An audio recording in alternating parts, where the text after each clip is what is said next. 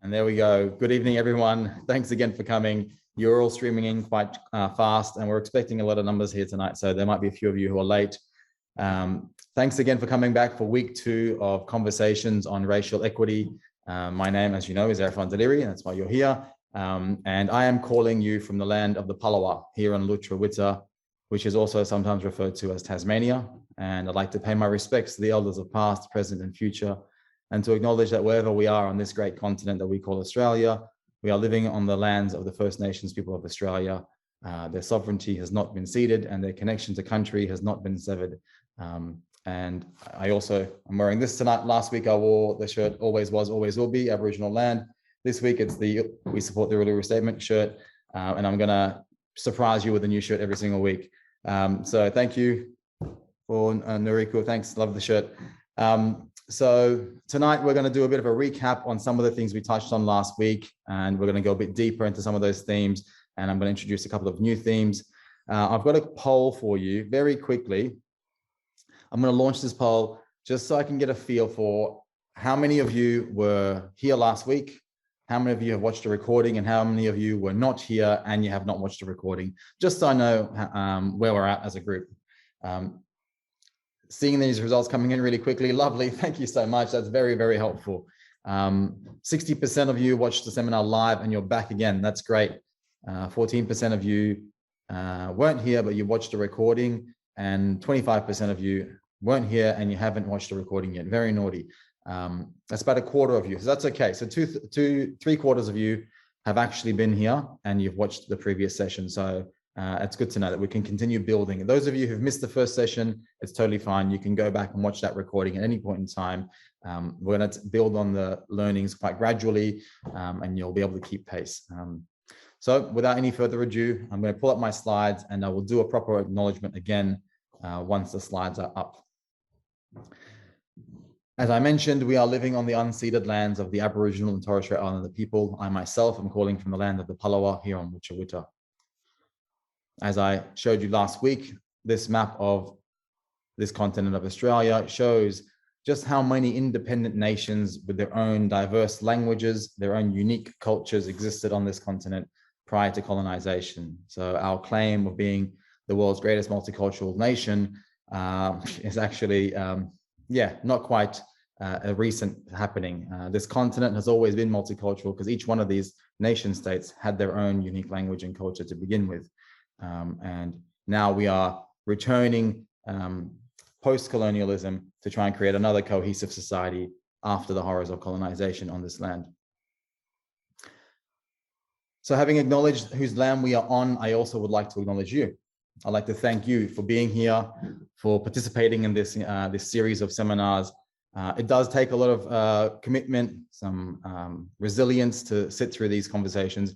And the fact that you're here out of your own time, on a weeknight, taking time out of your lives, says a lot to me, and I appreciate that. And I'm going to try and make these difficult conversations as easy to listen to as possible. But I do want to acknowledge that it does take a lot of resilience and commitment to be here tonight. So thank you. Also, by way of introduction, just to give you an idea of who's here, I've been looking through the registrations list. As I said, we've had almost 300 registrations for week 2. We've got students, parents, teachers, and academics. We've had registrations from various government departments all across the country, from the Department of Health, Department of Education, Department of Transport, all sorts of various corporate D&I staff, HR staff, as well as professionals in the DE&I space, my own colleagues and friends. Thanks for being here, as well as staff from local councils, social enterprises, and international NGOs. So we've got a very broad, diverse group of people tonight. So I'm speaking to you and trying to keep all of that in mind. Some of you coming from professional backgrounds who work in this space, some of you curious about learning how to, implement anti-racism in your organizations, and some of you having a professional lens on as far as how you can impact the work that you're doing at whatever government department or organization you're at. So I'm going to try and walk at a pace that's invigorating enough for those of you who know what you're talking about, but also not too fast so as to leave anyone behind. So we will do a bit of revision this week to make sure you're all up to speed. As you know, we are Kind Enterprises. I'm not going to spend too much time on that. We do social change consulting, and I'm looking forward to hearing from you after these sessions if there's anything we can do. We do consulting, training, provide digital learning platforms, all the rest of it. I realized after last week's session, I actually didn't give you any introduction to myself. Some of you already know, some of you have got no idea who I am. I am the child of Iranian refugees who was born in India, and I came to Australia as a child in 1984. And this is my professional background on the screen.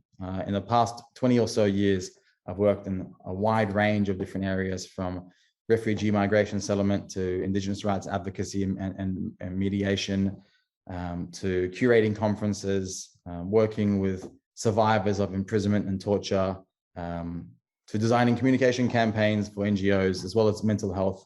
And I do have a master's in communication for social change. You'll get to know a bit about some of these experiences in the coming sessions, so I won't spend much more time on this. A few of our clients, as you know, most of these are recent clients that we've worked with in the last 24 months. Some of them are ongoing clients who we're still working with. Some of you are here tonight, so hi again. And again, by way of introduction and setting the platform, I introduced one of the writings from the Baha'i Faith last week, and this is another one. And the reason why I begin sessions with this is because part of the reason why I find myself on this great continent of Australia as a refugee / migrant is because of my faith. My parents were escaping religious persecution as Baha'is, and it was because of teachings like this, in fact, that they were being persecuted. And these kinds of quotes and writings inform my work a great deal. This one in particular was relevant for tonight's session. It says, "Shut your eyes to estrangement, then fix your gaze on unity. Cleave tenaciously onto that which will lead to the well-being and tranquility of all mankind. Set your heart on whatever will ensure harmony." Now, this is definitely something that, it's very easy to agree with, and it already, you can feel it in the depths of your heart that this is the kind of society we want to be living in, but it's not necessarily where we find ourselves. So these series of seminars is about helping build that capacity to be able to actually create this vision of a world that we actually want to be living in. For those of you who missed last week and didn't watch the seminar recording, which is about a quarter of you, these are some of the things we covered last week, and I do recommend you watch the last week's session. It's about 75, 80 minutes. And for those of you who were there, by way of revision, we touched on a systems approach to social change. We spoke about feelings and emotions that come up. We unpacked some of the core concepts and the language that you need to understand in order to talk about race. And we very, very briefly touched on the concepts of power, cultural superiority, and unconscious bias, but just by way of introduction. Some of these themes we're going to select today to go into a little bit deeper. So you might see some slides that you recognize from last week, but then you'll notice a few new slides immediately after them going slightly deeper than we were last week. So this week, we are going to talk about these things. We're going to touch again on professional discrimination, cultural superiority, and systemic racism, which I raised very briefly last year. We're going to unpack that a little bit. I am going to talk a bit about the various contexts that race impacts us, and some practical examples of what it looks like in various workplaces and situations, so that you can get a tangible feel for what it is beyond the obvious overt racial slurs. I mentioned the construct of race last week, but we didn't unpack it, who created it, how it came to be, and why it was created. So we're going to touch on that, and that obviously connects up to scientific racism. Those two go hand in hand, how we came up with the idea of race and scientific racism. This, of course, means we're going to have to touch on history, and then the systemic racism part means we'll touch on a few of these elements of education, economics, media, and justice. We won't go too deep into each of these 4 points, those pillars of systemic racism, but I will unpack education and media for us tonight just a little bit. In short, what we're doing this week, and I know some of you are very eager to address racism immediately, and I've had a few messages in the survey saying, I want to know how to implement an anti-racism strategy. Unfortunately, I can't rush you to that. If I want to teach you about quantum mechanics, we've first got to have a basic level understanding of mathematics. And then likewise, tonight's session, we're going to continue our second part of our introduction, so that you can learn how to recognize racism beyond the obvious overt prejudice that we often are familiar with. I want to sharpen your awareness of race dynamics and how it plays out in different situations, in different contexts, so that you can see and understand racism for what it truly is. And then develop a nuanced vocabulary so that you are stronger, more powerful, more confident in your conversations. Now, why do I want to do this? Why do I emphasize your capacity to understand, to recognize, and talk about racism? And why can't I just give you a 10-point plan to end racism right away? Well, this is why. Because the greatest resistance that you're going to come across with regards to addressing racism is going to be within your own organization, your own families, and your own friendship circles. Those closest to you, who you would think would actually be there to try and assist the work, are often the ones who will derail conversations, deny, deflect, and gaslight. So you're going to have to develop these skills so that you can talk with the same level of confidence and competence as me, and not be stonewalled, and not be derailed, and not be denied and deflected. And that's how you can then affect change internally. Because oftentimes, the minute we try to have a conversation about race, we find resistance from colleagues, from management, from neighbors, from friends and family. And that's why this insistence on developing your capacity to be able to discuss it. Beyond that, you have to employ and engage a race equity expert to help outline a race equity strategy in the long term. But first steps for you is to get to know the content. As I mentioned last week, some of the learning outcomes are, learn about the construct, understand how it functions, build your confidence, etc. Now, obviously, these things are all just introductory. You might think that after 12 hours of listening to me, you'll be an expert in race equity, but unfortunately, you won't be. Just like watching 12 hours of nature documentaries will not make you a biologist or a zoologist. It's just about building your confidence to be able to discuss it, raise the issues, and hopefully one day engage someone like myself or one of my many colleagues who are with us here tonight. Last week, we touched on this concept of this disparity between the deeper spiritual, ecological reality of human beings. We understand scientifically, we have a knowingness spiritually, and we understand in environmental terms that we are in fact one, we're connected. Whether you want to talk about it on the quantum physics kind of level, whether you want to talk about ecologies and ecosystems, or whether you want to talk about an economic system, we are inherently connected. And yet, our oneness is not apparent in our physical lived reality. There is great disparity that exists. And again, very briefly, just a few of the examples. For the quarter of you who were not here last week, we're talking about these kinds of things, from very overt racial violence, from disproportionate rates of incarceration and child removal, significant disparities in health and wealth, right through to lack of diversity in the workplace, to unjust representation in the media, or just a simple lack of, right through to racial profiling by police, neighbors, security staff, retail staff, teachers. In all aspects of our life, we find that there exist disparities and inequities and injustice. So that quote that I first started with, which was talking about the tranquility and the harmony of the human race, is not quite here yet, which is why we are here tonight to talk about it, to unpack it and understand how we can get there. Another quote from the Baha'i writings, very briefly, on justice and unity. And last week, I compared one of these quotes to the systems thinking method of approaching social change. And we discussed how the writings of Abdul-Baha connected to systems thinking and systems change. Tonight, I'm going to parallel this quote with a popular rally slogan. Some of you might already know it, and you can probably hear it ringing in your ears. But I'll read the quote, and then we'll go to the rally slogan in a second. This one says, "The light of men is justice. Quench it not with the contrary winds of oppression and tyranny. The purpose of justice is the appearance of unity. And again, no radiance can compare with that of justice. The organization of the world and the tranquility of mankind depend upon it." Now, I want you to consider this and the parallel to the rally slogan of "No justice, no peace."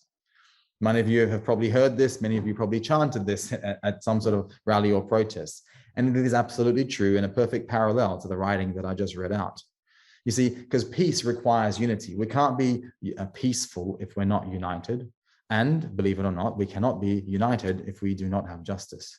And to expect any individual within your organization or a community within your society to be peaceful and united, or to pretend that they are united whilst they are experiencing injustice, is actually oppression. To expect people to be peaceful and united whilst experiencing injustice is not going to lead to long-term social cohesion.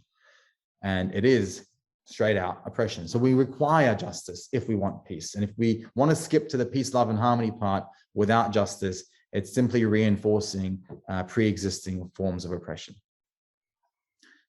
Now, many of you, 3/4 of you were here last week, so we've did this. And I know that about 1/4 of you were not here last week because of the poll results. But this was an important part of last week's session, the emotional management tool. So I'm not going to go through it again, but I would like to remind myself to discuss this with you, because the conversations around race do bring up very challenging feelings for us. And this is why often we avoid it.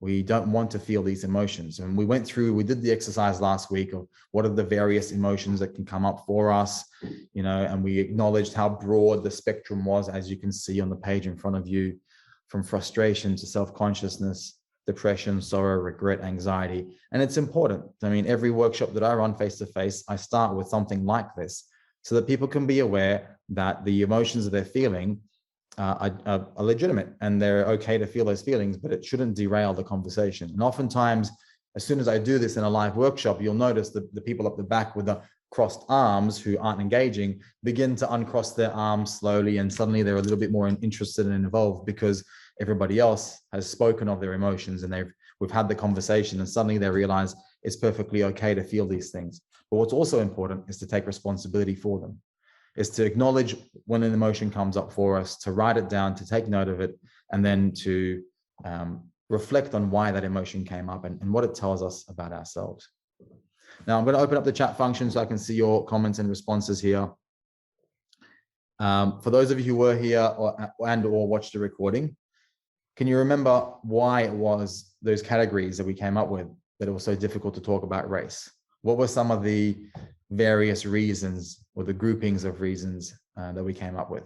Any thoughts in the chat? Thank you, Saskia. Defensive responses. Yes, there was fear. Thank you, Carrie. What other thoughts have we got? Why was it so difficult for us to talk about race after we did that emotion? Shame, feelings of shame. Thank you, May. What else? Any other thoughts? Denial. Absolutely.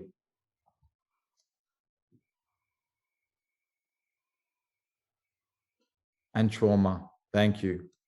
I'm going to show you the next slide while you're coming up with your other emotions and feelings that come up. You're absolutely right. You touched on basically most of the ones that I was thinking about, which is fear of retribution, trauma, avoidance of uncomfortable emotions, and fear of getting it wrong, and the lack of knowledge to speak with authority or empathy. Thank you, Jules. So these are the main groupings of reasons. There's a resistance internally to within organizations, families, and community groups.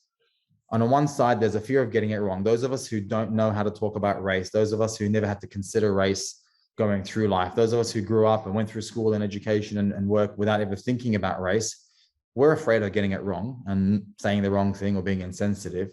But then there are others who have got a very deep awareness of race and how it functions in society and how it's impacted their lives, their families' lives, their entire community's lives. And they have another kind of fear. They've got a fear of retaliation or retribution. I'm going to ask you, anyone in the chat function, to say yes or no, or maybe, or whatever you like, to reflect on, have you ever been afraid to raise an issue of racism in your workplace or social setting for fear of what might the response be? Because of fear of retaliation or retribution. Yes, yes, for sure. Yes, yes, yes. Already, bang. Okay, so very quickly, a dozen of you have already said so. I personally know about half a dozen friends who are currently on unpaid leave or have had to leave their workplace just simply for bringing up the conversation about race and racism in their workplace. So this is HR departments who receive a complaint of racism by an employee, and then somehow that employee is the one who ends up on unpaid leave. There is a very real and serious risk of retaliation and retribution for those of us who want to talk about race. And it's because of those two things on the left that you see on this slide. the uncomfortable emotions that it brings up for organizations and HR team members and management, and the fear of getting it wrong. So we need to unpack this and we need to kind of undo this, because we can't continue going through life, A, being afraid to talk about racism, and B, when finally someone does have the courage to talk about it, they are denied, rejected, gaslit, put on unpaid leave, or bullied out of the organization. I've got far too many horror stories of these types of dynamics to even begin explaining to you tonight. But I think it's important that we acknowledge that this is going on and we need to get better at talking about it. And those who asked about how to be an active ally on the questions that you added in the survey questions, many of you asked that. What is one practical thing that I can do? What is, I'm going to stop the screen share just so I can see your faces for a second. So, or you can see mine rather. What you can do as an individual, what you can do as an ally or as an accomplice, is to actually acknowledge and be there when these types of situations arise. And be aware that sometimes, even though there are slightly inappropriate things into your perspective that are going on, the quote unquote person of color or the quote unquote diverse person, and I'll unpack why I do that later on. I really dislike those phrases.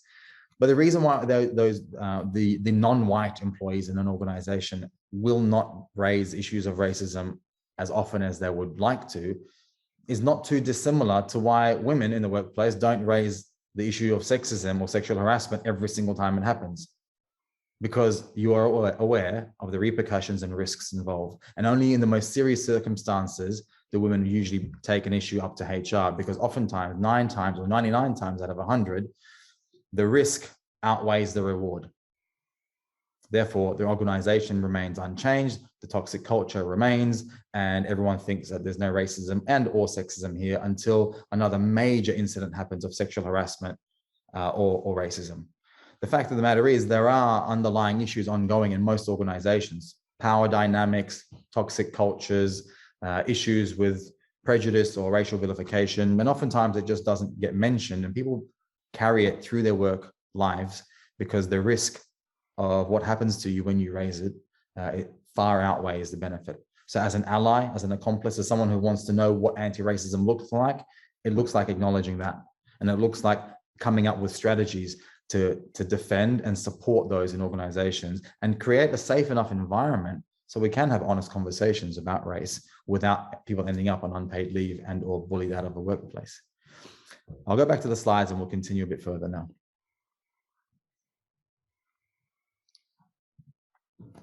Now, last week I asked you this: why do we need to discuss race? And I proposed to you that it underpins the core functions of society, all functions, education and media and everything else. And I connected racism to all of these dot points that you can see. And some of you would have been nodding your heads profusely, and others would have been possibly scratching your heads, wondering how on earth is racism connected to climate change or profit and productivity or environmental loss even. So what I'm going to do is I'm going to now put it to you. I'm going to ask you, I'm going to see if I can open up the chat function again so I can find out how we're going. I'll share the results with you in the chat. No, I'm going to end that. What I'm going to ask you is, how is, I'm going to pull up the slide so you can see it, racism connected to these things, to climate change or economic injustice or educational outcomes? I want to tap into the intelligence that exists in this group, because you already have vast experiences, both lived experience and professional experience in these areas. What are some of your thoughts? And I know some of you are probably going to take a little while to type up your thoughts. So I'll keep speaking for a minute or two until your results start coming in. But I want to hear from you. How is racism connected to physical and mental health?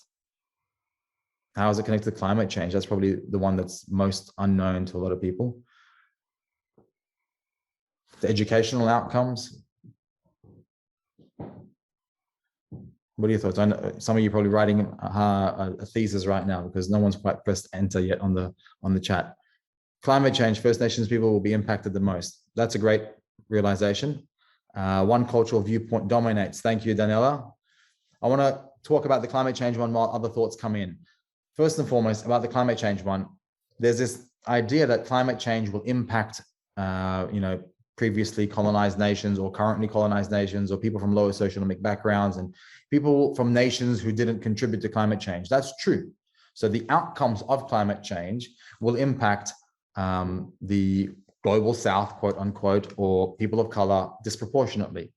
I want you who are in the chat to read your other participants and colleagues' comments in here as well, because there's some valuable information in here. But what I want us to not forget is that the creation of climate change is also connected to racism. And I'm wondering if anyone's mentioned that in the chat just yet. It affects poorer nations. We know that, right? First Nations people, Bangladesh, you're mentioning this all in the chat here that I'm reading. Poorer nations. BIPOC pay a higher price in any aspect of anything happening. Thank you, Saskia. They do. People of color, non-white Australians, non-white Americans, everywhere in the world, paid a higher price during COVID. They pay a higher price during war. They pay a higher price during economic downturns. They pay a high price in climate change. Absolutely true. All of these issues happen on stolen land. Thank you, Joanne. Building industrial facilities in low economic communities. Thank you, Fatima. That's another one that connects economic injustice with racism, right? Because we take advantage of lower socioeconomic nations to provide cheap labor for us, for example. That's always based on race. But what we often overlook is that climate change not only impacts people of color globally more and disproportionately, it was actually created as a result of racism as well. Capitalism and pushing indigenous communities has created climate change. Thank you. Yeah, Ebony. That's exactly the point I'm making. So it was the ideas of resource extraction, burning of fossil fuels, colonization and removal of resources, and the economic construct that we now have, which was one particular worldview that dominated and overtook other worldviews and demonized other worldviews, that led to the climate crisis we're now facing. Because other cultures, both First Nations here in Australia and other diverse cultures across the planet, have different ways of relating to the planet. They've got different ways of relating to the ecosystem, to their ideas of community are different. It's not just First Nations people of Australia. Whether you go to the subcontinent of India, whether you go throughout the Middle East, there's various different cultures who all have different understandings of economy, community, ecology, nature. But when one dominant worldview, which was to extract from the earth whatever we need and to burn whatever fossil fuels and build wealth based off of an extractive kind of economy, when that dominates other worldviews and all other worldviews are pushed to the fringes as a result of cultural superiority, then we end up in a situation when we have climate change. So I could give a whole lecture. In fact, I have given lectures on just that single point of climate change and economics and racism, and we will unpack that further on in a later session. But I wanted to ask the question of you so I could tap on and tap into some of the existing knowledge that you have. So anyone else who's in the chat function who hasn't typed in a comment, please do read what your co-participants are typing in, because there's a lot of knowledge already within this group. The homogenization of race and culture sanitizes our resilience. The monetary system is inherently racist. So many incredible, valuable comments here. And I am going to be saving this chat. So I'll pause for a moment while you catch up on the chat function, and I'll bring up the slides again and we'll continue.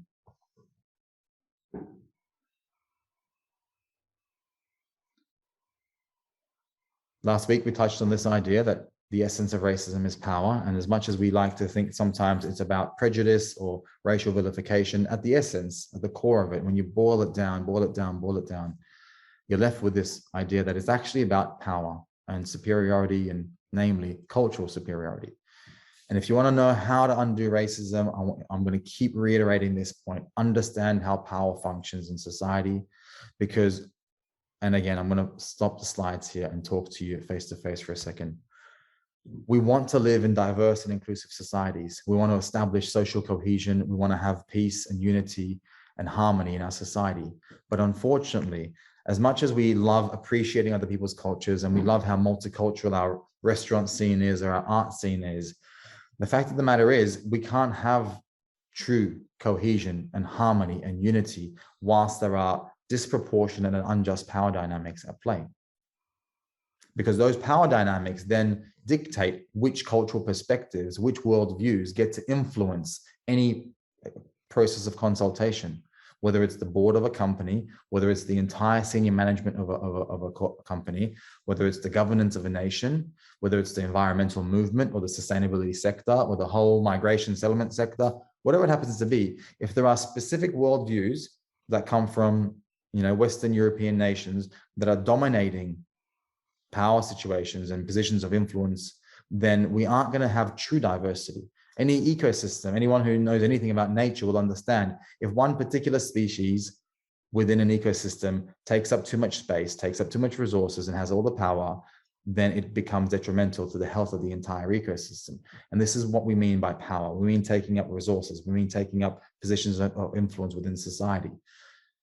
And that's why it's connected to diversity and inclusion and social cohesion, because those things can't be achieved when there are such gross disparities of health, wealth, influence in society, and such an obvious lack of cultural representation and ethnic diversity in positions of decision-making.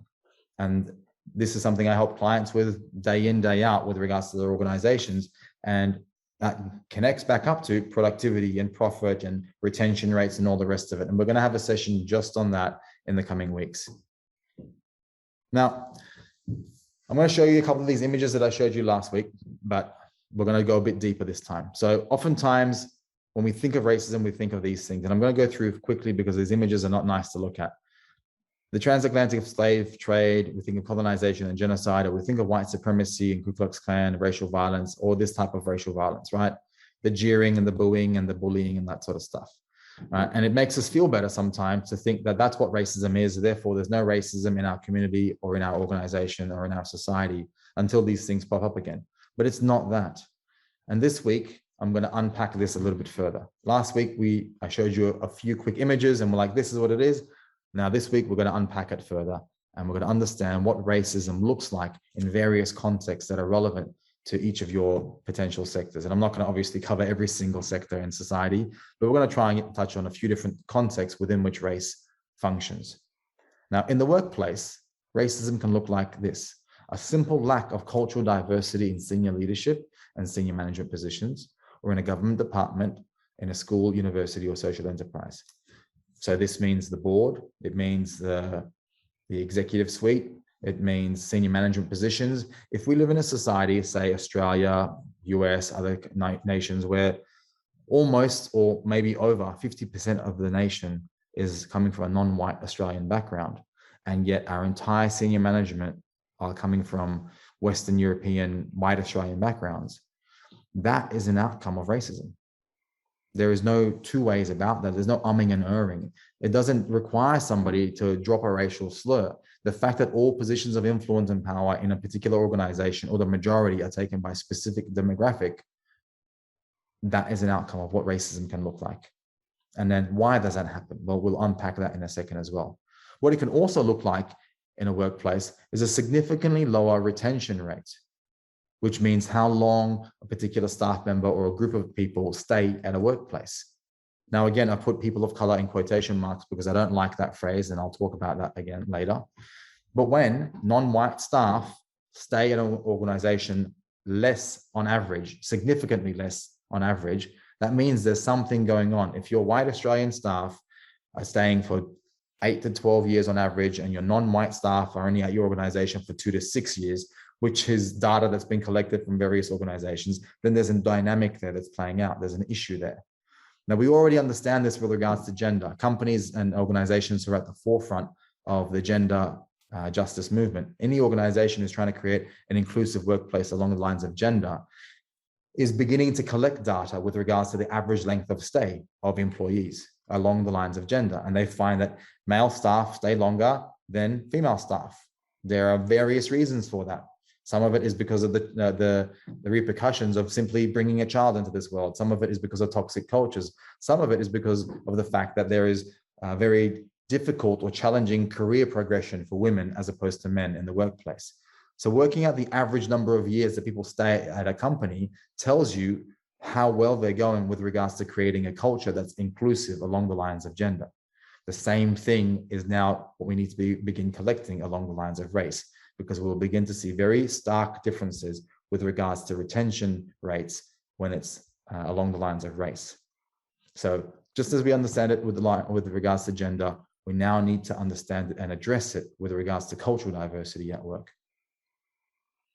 How does this happen? How do we end up with these, some of these racist outcomes at the workplace that I'm talking about? Well, unconscious bias and recruitment. There's a whole training session that I can run on unconscious bias, which we're not going to touch into tonight, but we might include that in this 12-part series.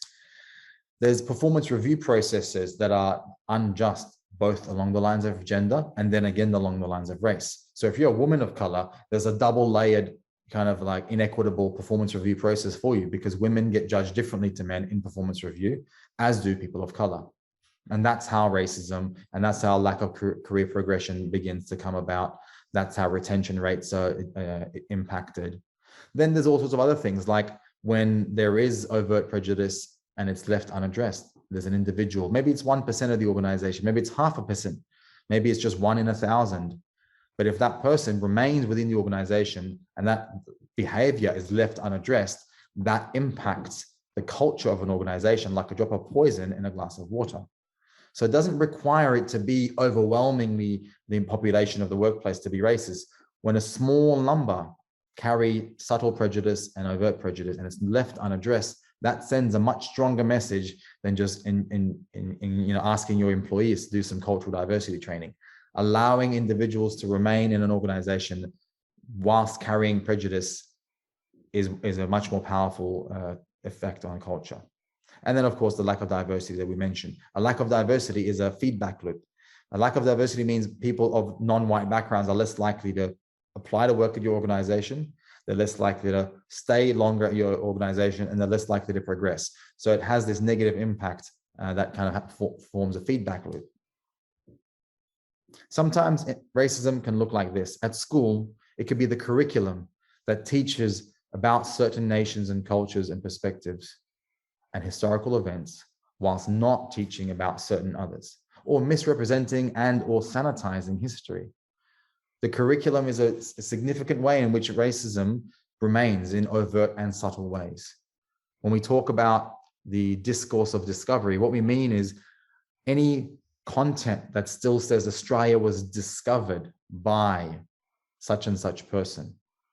It wasn't discovered. Australia existed. It wasn't a new atomic element that was discovered by a scientist. It was a continent with several hundred nations. So using certain language to talk about history as if Columbus discovered America or Cook discovered Australia, that again is a way of reinforcing, subtle ways of reinforcing white cultural superiority. And it says that before this person discovered this place didn't even exist. So this discourse of discovery is something we need to address. The proportion of whose history we teach and whose history we don't teach. So Eurocentrism is something that comes across in education a lot, which is this hyper-focused, hyper-vigilant, hyper-aware awareness of like England, Ireland, Scotland, France, and all of Europe and all the rest of it. But then the rest of the world becomes this vague kind of like yellow, brown, black, like that's Africa and Asia. And we don't really much know the details of everybody else. But we have a significant number of details taught to us through our education system about what happened in Europe. That is a way in which we can reinforce cultural superiority. And then in effect, racism continues. There are so many ways. We could speak hours and hours on how racism plays out in a school. Another couple of very short ones. You're going to be horrified. Some of you might not be willing to believe that this is what happens, but in schools in the United States and in schools in Australia, I've spoken to teachers in Australia who have asked students to vocalize the N-word when reading some of the texts. Even when the student resists and says, I don't want to say this out loud, there are some teachers who insist that the student says this out loud in the classroom.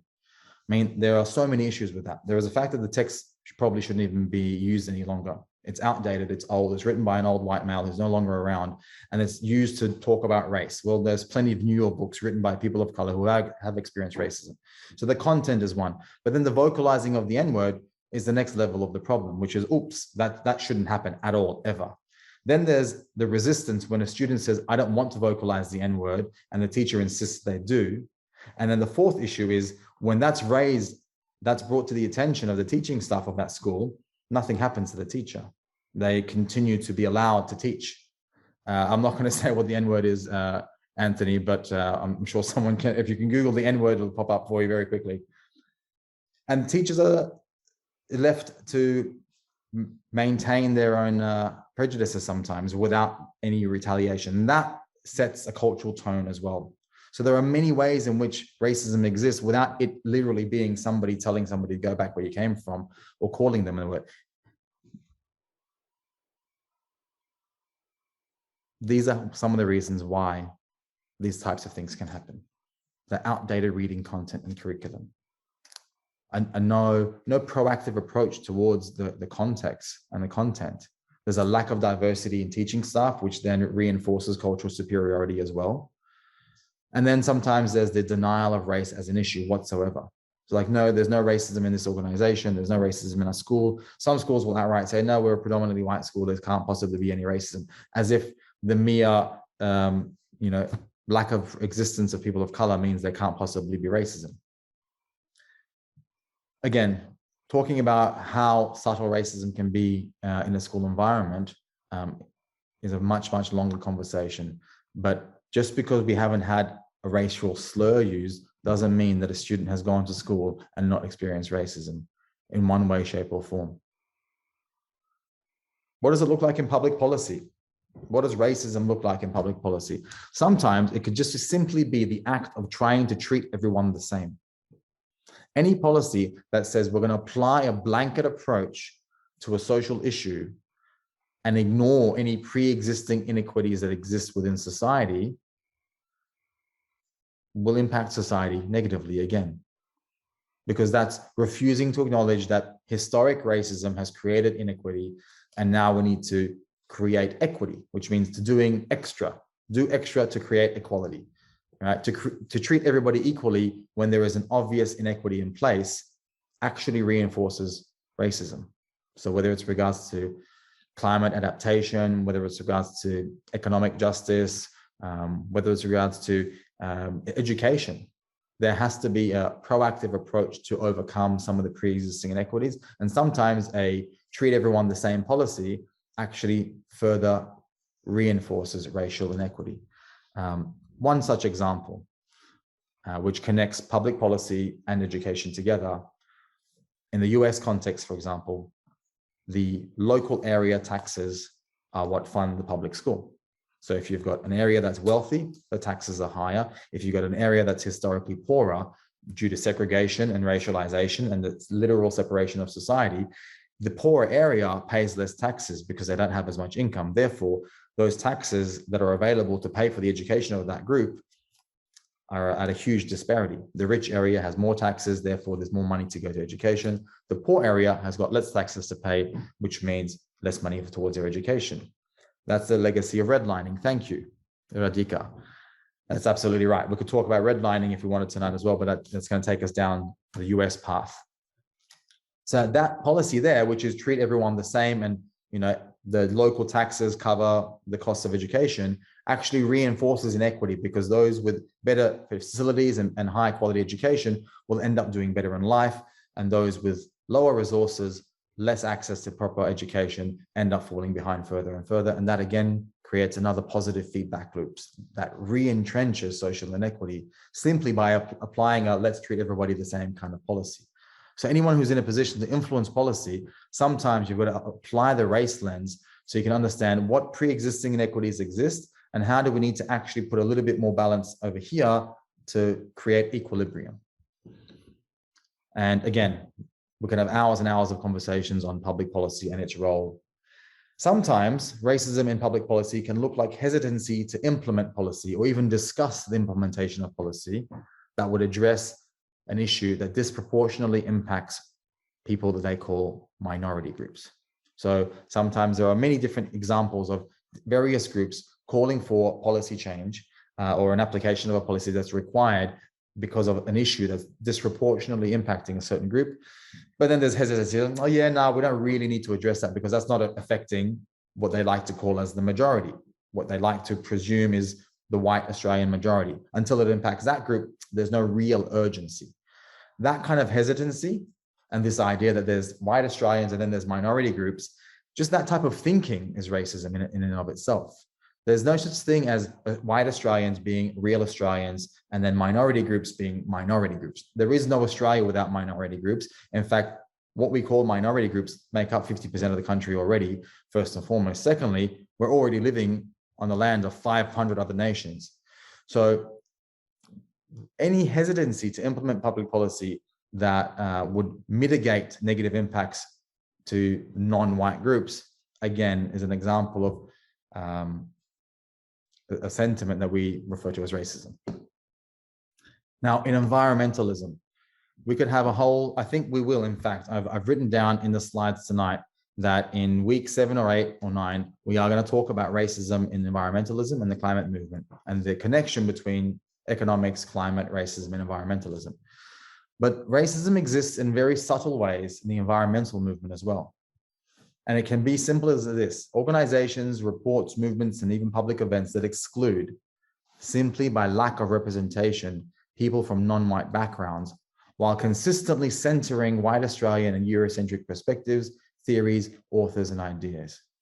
This is something that anyone who works in sustainability, regenerative agriculture, environmentalism, climate action movement, you'll be fully aware that it is an overwhelmingly white space.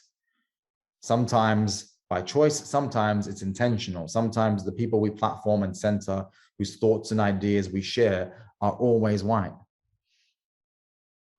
Any thoughts on it? If you got any thoughts on that, please also do chuck them into the chat, because I know some of you do come from the climate space, from the sustainability space, and I am checking the chat every now and then.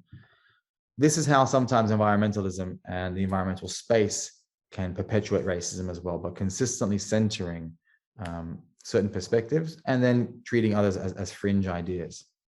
I mean, the very term tree hugger, I'm not sure if anyone is aware, the very term tree hugger comes from India. The West didn't even have that phrase until in the 1700s, a bunch of Indians who were being colonized at the time started hugging trees. And then, of course, there was the Chipko movement that Vandana Shiva speaks about in her documentary as well, the women who would hug the trees to protect them from being logged. So for several centuries, the concept of tree hugging was an Indian thing, but now it's been appropriated within the environmental movement, and we think it's a Western thing.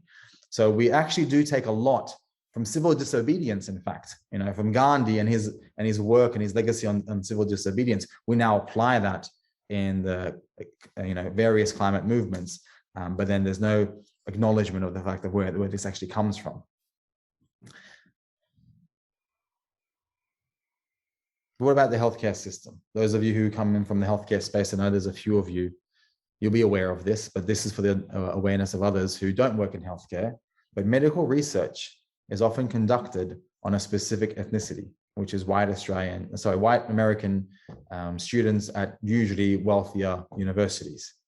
And the findings of that medical research is then applied to the entire population, regardless of what negative impacts it may have on different ethnicities. Because even as much as race is a social construct, ethnicity actually does exist. And there are 10,000 different ethnicities on this planet. So sometimes medical research is not appropriate because it's been carried out on men and then applied to women, or it's been carried out on a certain ethnicity and then applied to others. And other times, racism in the healthcare system can be much more obvious, such as prejudicial treatment or outright denial of treatment. And there are far too many horror stories with regards to denial of treatment, even in Australia's healthcare system, for me to begin going into.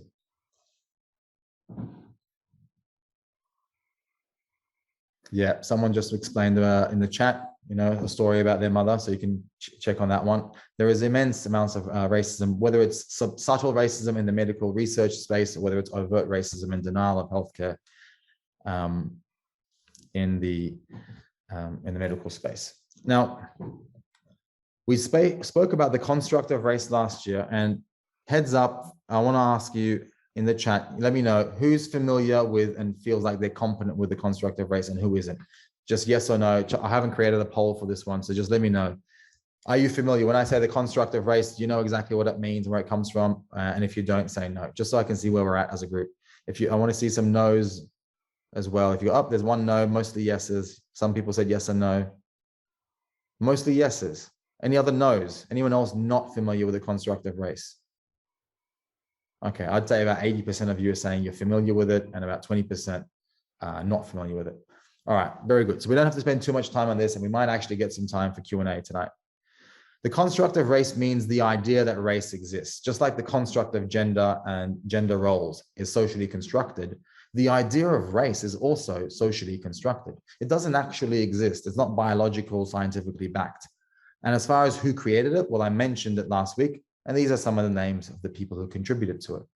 If you'd like to learn more about how, why, and who created the idea of race, you can Google scientific racism.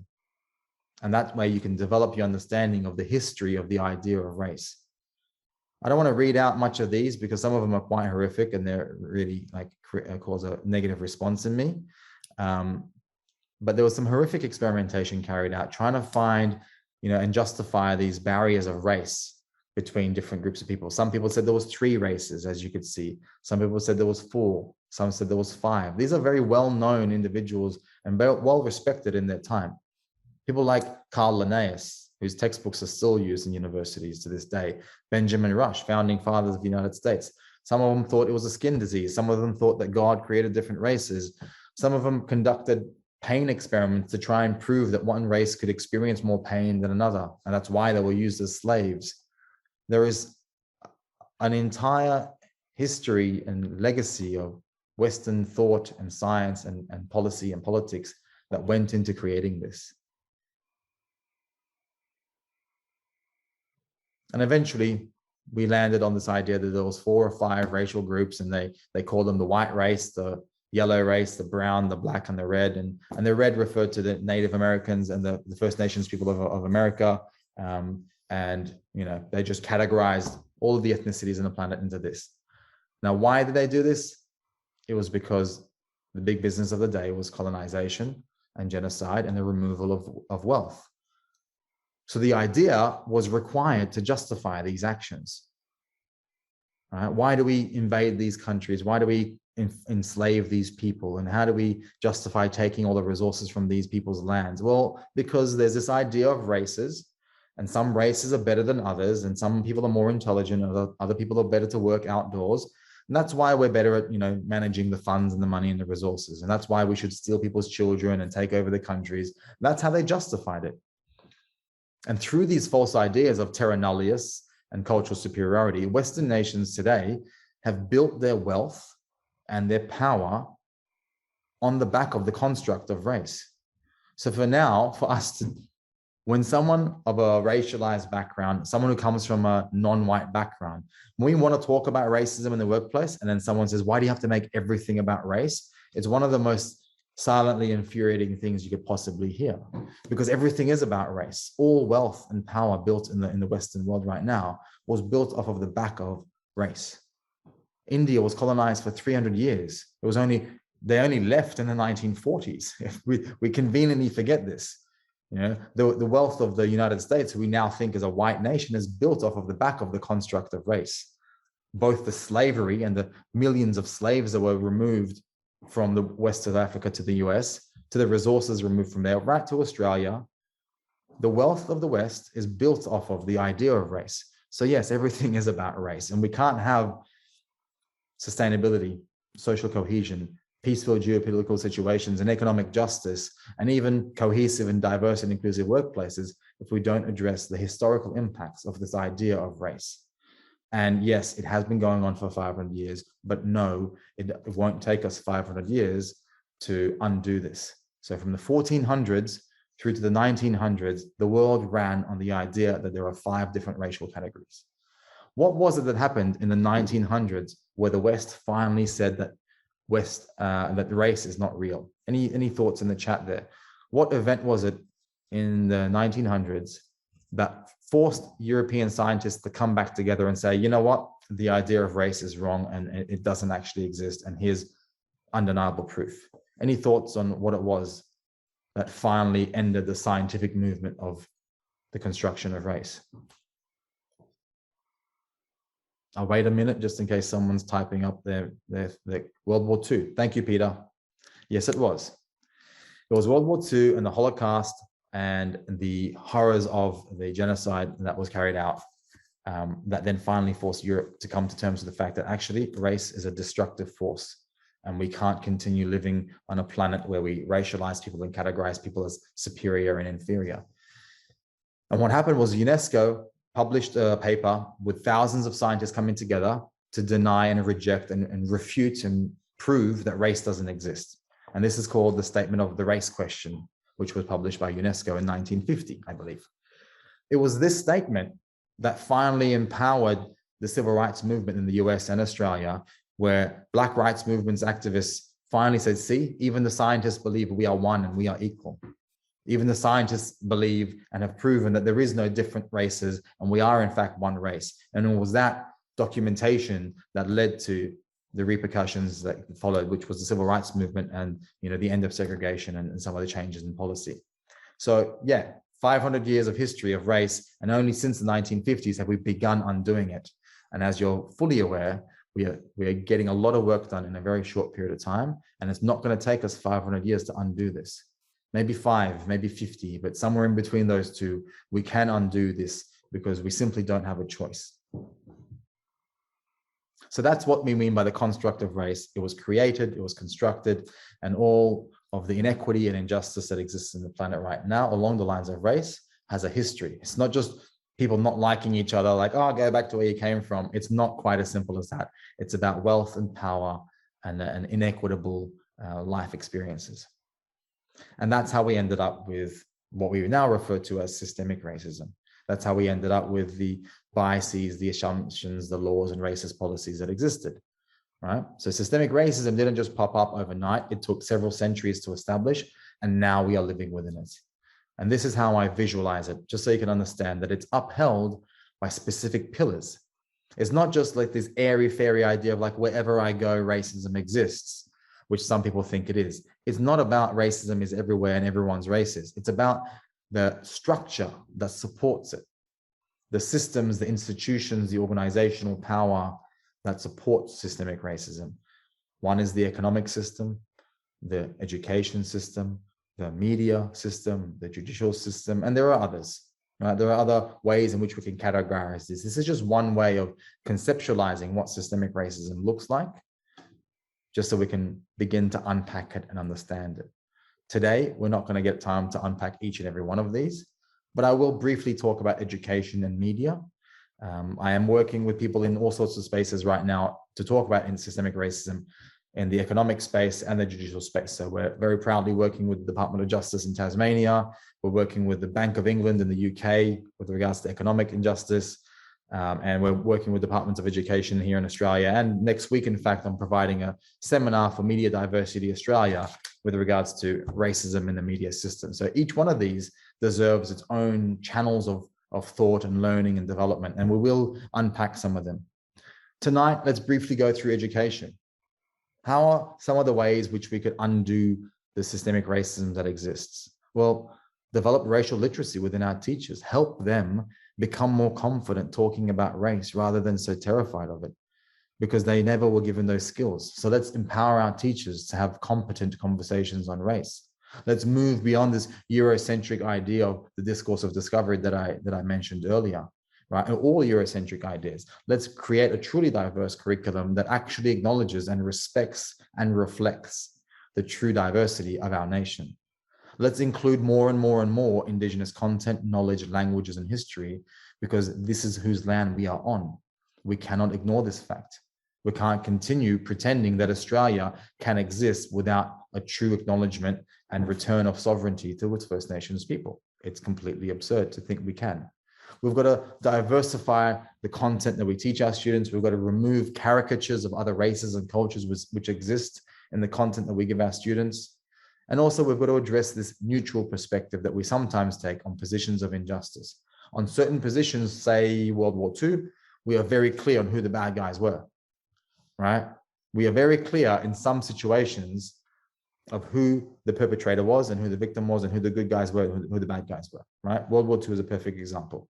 But then in certain other situations, let's say colonization, genocide, stolen children, we suddenly become less clear. We suddenly become less adamant. And it's, we take a neutral position like, oh, yes, there was good colonizers and there was bad colonizers. Or like, yes, colonization happened, but it wasn't all bad because we also did this. And suddenly our ability to differentiate right and wrong, justice and injustice becomes blurred. We suddenly get this blurry vision and we can't talk about injustice as strongly as we did when it happened between someone else. That's something we need to address, because we can't create racial equity whilst we kind of like just, brush under the carpet situations of racial inequity. These are some of the ways in which we can create equity and contribute to social cohesion through our economic system. Through the media, we will have one full session, I promise you, later on in this series, dedicated to media, communications, and unpacking content, subtext, context, all this sort of stuff. And we'll talk about how the media can be used as a tool to create racial equity as well. These are some of the ways in which we can do this. We've got to address this obvious lack of representation. I mentioned the recent census report. The data from our census here in Australia shows that we are 48.2% first and second generation migrants, 3.3% First Nations Australians. And then you add to that all the third, fourth, and fifth generation non-white Australians. We very quickly realize that actually we're over 50% non-white Australians. And yet our media, our news readers, our actors, our sports commentators don't reflect that diversity. That's one way in which we can begin creating racial equity and truly creating cohesion in our society. We've got to address stereotypes and negative representation, which still happens. People of color sometimes buy into this. I want to talk about this very briefly because it's really important to me as well. I've just lost you for a second. There we are. Because of the way in which power is distributed and concentrated within our media system, sometimes the only way a person who comes from a non-white background can get a leg up in the media system to get their pilot funded, to get their series onto ABC or SBS or Channel 9 or whatever it happens to be. The only way they can get themselves out there on screen is to write, direct, and act in series that perpetuate and reinforce negative cultural stereotypes about their own people, whether they're Lebanese background, whether they're Indian background, whether they're Pakistani background. We've got to be aware of this. This is one of the other negative outcomes of gross power differentials. Is the only way you can get a leg in is if you play that particular stereotype, whether it's Wog Boys, whether it's Fat Pizza, whether it's the recent one that's out recently. These days, I don't even want to know what it's called. We've got to acknowledge that as well, because that's not media diversity. That's reinforcing racial stereotypes. And we've got to call that out as well. So there's a lot that can be done in the media space to mitigate racism being perpetuated in society. We've got to take a much stronger stance on the racism that media personalities portray in society, because that allowing that to continue, whether it's Sam Newman from the Footy Show, whether it's the guy from Who Wants to Be a Millionaire, allowing that to continue even when they've called people gorillas, when they've made fun of their cultural backgrounds, whatever it is, allowing them to stay in positions of influence in the media, again, allows racism to perpetuate and justify itself. So if you're looking forward to talking a bit more about this one, stay tuned. I'll give you updates on when that session is going to be. I'm going to skip these two sessions because these two slides rather, but this is what I wanted to show you. The systemic racism in the background there that I just explained to you has constantly been defended by a policy wall. And we're going to talk about policy in a later session, so I can skip that one. And then prejudice exists outside of that realm. Outside of the policy barbed wire fence, prejudice like this begins to flourish. These are screenshots of sports fans and the image from the bus that you saw earlier. This kind of racism doesn't just pop up. This kind of prejudice is an outcome of this image here. Right? The everyday run-of-the-mill racism that you experience on the street, the racial vilification on the bus or in the sports field, is an outcome of what's in the background there. The foreground doesn't grow without the background in there. And this is something we've got to begin unpacking as well, because we often want to focus on the prejudice, like the Adam Goodes situation, like, oh, that was terrible that this person called this person such and such. But the fact of the matter is, this is how it comes to be. I want to show you this and unpack it. This is part of a briefing deck that I sent the AFL a few weeks back, in fact, on the social inclusion group conversation that we had. I sent this to follow up. What you see on the left there, those images of racial vilification, someone holding up a banana towards a black football player, the Hail Hitler symbol, the racial vilification that Adam Goodes faced, that is an outcome of the racism we allow to continue in our media structure. Right? The Sam Newmans of the media structure that continue to racially vilify people on air and to make fun of them and to demean them then leads to players like Tex Walker and the racial vilification that he dished out to his teammate, right? Which then feeds into the racial vilification we experience in society. And this is how systems function. None of these things are separate. None of your students at your school or the staff at your organization or the members of your community can escape this. This is the world in which we live, and these systems feed into each other, and one creates more of the other. So we can't separate Sam Newman from the Heil Hitler. Those two things are inextricably interconnected.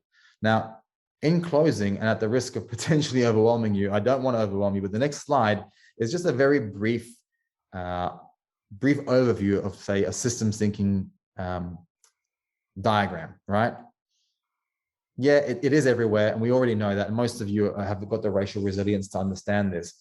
But a systems thinking map, a very, very crude map, might I say, would look like this. You see, the racism that we allow to exist in the media then feeds into the racism we experience at work, on the sporting field, and in school. You see that? That racism that we experience at work then leads to economic disadvantage, as I described earlier, right? From lack of retention rates to lack of diversity in leadership groups to terrible career progression. You know, that's all economic disadvantage, which leads to racism in positions of power, you know, white cultural superiority in positions of power. The racism in sport also feeds into racism at school for students because they watch sport and they are impacted by that, which then leads to academic disadvantage for the students experiencing racism at school. Their mental health suffers, their academic outcomes suffer, their physical health suffers, which means that impacts their career paths as well, on top of the racism that exists in the workplace. Eventually, the racism or the overwhelmingly whiteness of positions of power again feeds into the racism in the media. This is how systems work and function. And whichever part of the system we fit in, we can have a positive impact in society. We can create some change in the microcosm of the system that we are in. Someone commented here, school dropout, mental health issues for students experiencing racism. Yes, these things are all interconnected, from our media to our sports to our school educational outcomes for students. This is one of the slides from last week. You know about that. You know about this. We've covered this one as well. Now, in closing, I wanted to show you this again. I gave this to you as homework last week, and I wanted you to reflect on the different ways in which these two people were treated. I'm not sure how many of you are AFL fans and how many of you actually know much about the Taylor Harris situation. Obviously, if you work in the gender equality space and the domestic family violence space, you're probably fully aware of the Taylor Harris situation. If you're a sports fan, certainly if you're an AFL fan, you'll be fully aware of the Adam Goodes situation. So what I want to ask of you in the comments in the chat is to tell me, those of you who are aware, what are the ways that you could reflect on that you might have noticed that were different in the way in which the media responded to each of these situations? Because both of them were examples of horrific sexism and racism in their workplaces, right? From non-players, right? From outside of the sports field. One experienced horrific sexualization and sexism online, Taylor Harris, and the other, Adam Goodes, experienced an entire year or more of racial vilification from the audiences, from the media structure, and eventually forced him into retirement. Anyone aware of the difference in which they were treated by the media structure? Anyone want to highlight that? I know I've got a couple of colleagues on here who are fully aware of the Taylor Harris situation and the Adam Goodes situation. And while they gather their thoughts and they type something in the chat, keep an eye on that. The way our media structure responded to the Adam Goodes situation was one of complacency, hesitancy, mocking and laughing, taking the side of the racist spectators, questioning his use of the invisible spear and calling that violence. There was an immense amount of mockery and hesitation and resistance and just snubbery around Adam Goodes, which is why the issue continued for so long and eventually forced him into early retirement. Thank you. Marika, you mentioned Adam Goodes was not taken seriously. Get back into your box. Thank you. That's exactly right. The get back into your box statement. This is something that happens again with Main White as well, right? I'm going to show you Main White on the next image if you don't recognize his face. He played on Neighbours. He did a spoken word piece on TV recently. They're respected and they're loved as professionals in their field, whether they're AFL players, whether they're actors. But the minute they want to highlight issues of racism, for many of us, and you saw your own co-participants on this channel chatting in the chat function earlier, talking about what they face when they talk about racism in the workplace. The minute we want to raise those issues, it's get back into your box. How dare you? You should be privileged. You should be honored. You should be humble that we've even allowed you to. These are the kinds of rhetorics that we have to deal with. Get back in your box. Conversely, Taylor Harris, as she should have been, received the full support of the media instantaneously from radio, television, newspaper, everybody, arms linked in defense of Taylor Harris. The police were involved. People making racist, lewd sexual comments on social media were found, hounded down, right? And everyone was held accountable, and the entire society came to the defense of Taylor Harris, other than the handful of gross men who are sexualizing her because of this photograph, this very photograph. And that is the proper response of a civilized society. That's the proper response of any evolved society. But that response that Taylor Harris receives is not afforded to those who come from non-white backgrounds. And this is one of the heartbreaking realities of our society. And simply talking about it is one of the ways in which we can begin to move toward becoming anti-racism. Because for a long time, the media structure, our teachers, our policy advisors haven't had to talk about these things. We haven't addressed it. I mean, I can barely imagine how many people would have even put these two images next to each other to even unpack this dynamic. It's these types of conversations that I want you to be having with your friends, with your family, with your colleagues. Understand how race does exist, even when we think it doesn't, right? This is another example, right? Main White performed the spoken word piece on the ABC, and Grace Tame gave side eye to the Prime Minister. Both of them were in their rights to do so. Both of them had the right to be able to express themselves however they want, whether it displeased somebody or not. Now, in certain parts of the media, Grace was demonized for what she did, right? But in certain other parts of society, everybody jumped to her aid. Everybody realized how toxic masculinity was being portrayed here, how sexist the media structure was. People were called out left, right, and center. Blog posts were written, podcasts were done about it. Everyone on the left sides of society fully understood that Grace was fully within her rights to give the Prime Minister side eye, whilst Main White was subjected to racial vilification online because of that spoken word piece, and there wasn't quite as strong a response. People weren't quite as ready to jump in front of the mic for Wayne White and to say he was fully within his rights to perform that spoken word piece. These kinds of differential behaviors, this disparity that exists, is another highlight of how deep it runs. I'm going to stop the screen share now and come back to you for a moment after I've shown you this. Here we go. These are some of the things we're going to cover in the coming weeks and what you've got to look forward to. We're going to talk about the workplace specifically. We're going to talk about public policy and DE&I in the workplace. We'll talk about cultural awareness training in one specific session. We're going to unpack the difference between ethnicity, race, culture, worldviews and perspectives, all that sort of stuff. We'll have one full session on unconscious bias and how to rethink justice and what is social justice as opposed to, retributional justice. We'll have a conversation on intersectionality and gender dynamics. We'll talk about education and academia. We'll have one full session on just that. And then we'll talk about racism in economics, climate change, anti-racism, and the media as well. And I've got 3 guests that I'm going to announce next week as well, who are going to come and talk with me, maybe in person, maybe online, on different areas that intersect in these areas. But I want to end with this sort of thought, because in the comments that you left in your survey, some of you did mention some of the things you want to specifically answered. And I do take that on board, and I've tried to embed some of those responses into what I've shared with you tonight. So some of you may feel like you've had your questions answered. Others are still probably waiting for them because there's a lot here. I had 2 pages worth of notes that I took. But one thing that I did notice was that there is a great sense of urgency within you. Of the 100 or so people who completed that survey, I noticed a strong sense of what can I do? How do I come up with an anti-racism strategy? How do I implement anti-racism right now? What are the practical things I can do immediately?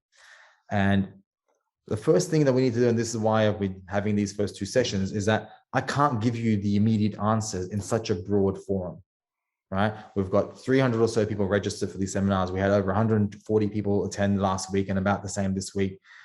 And I can't give you really specific solutions because you're coming from, as I said, Department of Justice, education, transport, healthcare, social enterprises, migration, settlement services, teachers, students.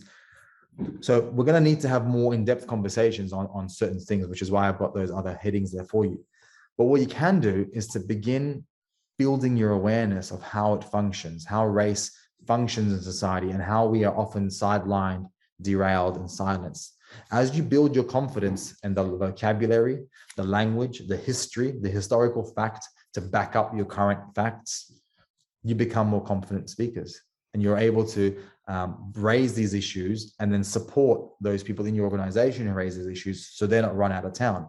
These are the first few steps. I can't give you the top 10 kind of like checklists of things to do to come up with an anti-racist strategy, because it'll be different for school teachers as opposed to public policy and Department of Family and Communities, or if it's an environmental organization.